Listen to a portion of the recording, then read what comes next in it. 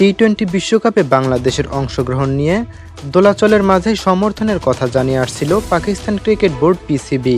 গতকাল শনিবার বাংলাদেশকে বাদ দিয়ে স্কটল্যান্ডকে বিশ্বকাপের অন্তর্ভুক্ত করার ঘোষণা দেয় আইসিসি। এর প্রতিবাদে পিসিবিও বিশ্বকাপ বয়কটের হুমকি দেয়। এই ঘটনায় ক্ষুব্ধ বিশ্ব ক্রিকেট নিয়ন্ত্রক সংস্থাটি পাকিস্তানকে নিষেধাজ্ঞা সহ কঠোর শাস্তির পাল্টা হুঁশিয়ারি দিয়েছে।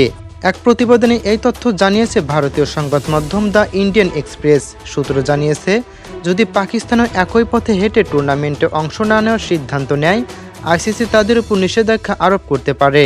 এর পাশাপাশি দ্বিপাক্ষিক সিরিজ বাতিল, পাকিস্তানি সুপার লিগে বিদেশি ক্রিকেটারদের খেলা নিষেধাজ্ঞা বা এনওসি না দেওয়া এবং এশিয়া কাপ থেকে বাদ দেওয়ার মতো বিষয় বিবেচনায় রয়েছে।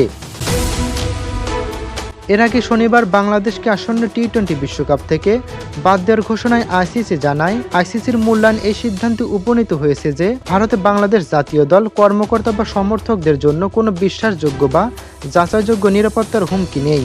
এই ফলাফলগুলোর আলোকে ও সামগ্রিক প্রভাবগুলো সতর্কতার সঙ্গে বিবেচনা করার পর আইসিসি নির্ধারণ করেছে যে প্রকাশিত ইভেন্ট সূচির সংশোধন করা সমীচীন নয়।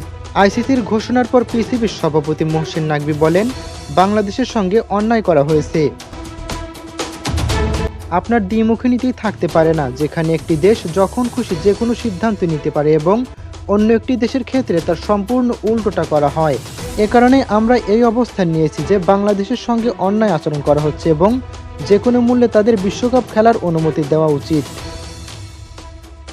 এছাড়া বিশ্বকাপ বয়কট করার সম্ভাবনা নিয়ে তিনি বলেন, পাকিস্তানের সরকার আমাদের যে নির্দেশনা দেবে আমরা সেটাই করব। প্রধানমন্ত্রী এখন পাকিস্তানে নেই, তিনি ফিরলে আমি আমাদের চূড়ান্ত সিদ্ধান্ত আপনাদের জানাবো। এটা সরকারের সিদ্ধান্ত, আমরা তাদের কথা শুনি, আইসিসির নয়।